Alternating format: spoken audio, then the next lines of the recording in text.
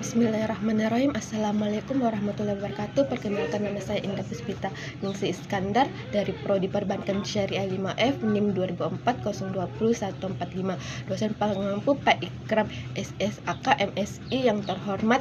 Di sini saya akan memenuhi tugas UTS pada mata kuliah Statistik Bisnis. Baik, langsung saja saya akan menjelaskan tentang definisi statistik. Nah, menurut para ahli, Brown and Williams mengatakan statistik adalah data berupa angka, misalnya statistik penduduk dan statistik perdagangan. Sedangkan menurut saya, statistik adalah data yang dikumpulkan kemudian disusun untuk memperoleh informasi penting. Yang kedua, tahap-tahap kegiatan statistik. Tahap-tahap kegiatan statistik ini terdiri dari 5 tahap. Yang pertama, pengumpulan data. Yang dimaksud pengumpulan data yaitu kegiatan mencari data di lapangan yang digunakan untuk menjawab permasalahan penelitian.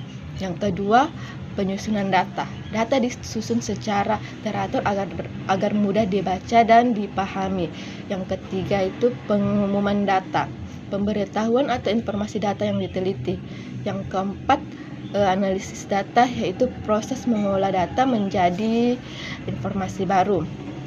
Yang terakhir interpretasi data, yaitu proses meninjau data sampai pada kesimpulan yang relevan. Selanjutnya, jenis sumber data. Nah, jenis sumber data ini terdiri dari dua, yaitu data primer. Data primer yaitu data yang dikumpulkan oleh individu itu sendiri melalui wawancara langsung atau tidak langsung. Yang kedua, data sekunder, yaitu data yang diperoleh dari sumber lain. Selanjutnya, pengertian populasi dan sampel. Nah, populasi itu sendiri adalah sekumpulan objek penelitian, sedangkan sampel adalah bagian dari populasi yang diteliti. Selanjutnya, soal yang terakhir itu mengenai teknik pengambilan sampel dan contohnya.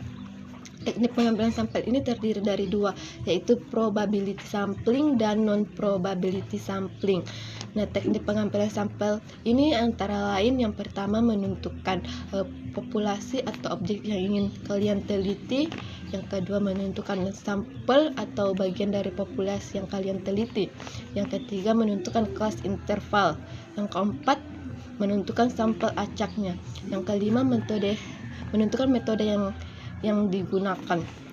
Yang keenam itu analisis data, atau kalian analisis kembali data atau objek penelitian kalian menjadi informasi yang baru. Dan yang terakhir itu kesimpulan. Itu kalian harus membuat kesimpulan dari objek. Selanjutnya, contoh dari teknik pengambilan sampel. Misalkan dalam sebuah kelas PBS 5F terdapat 30 mahasiswa. Nah, dari 30 mahasiswa ini memiliki nilai UAS yang tertinggi dan yang terendah.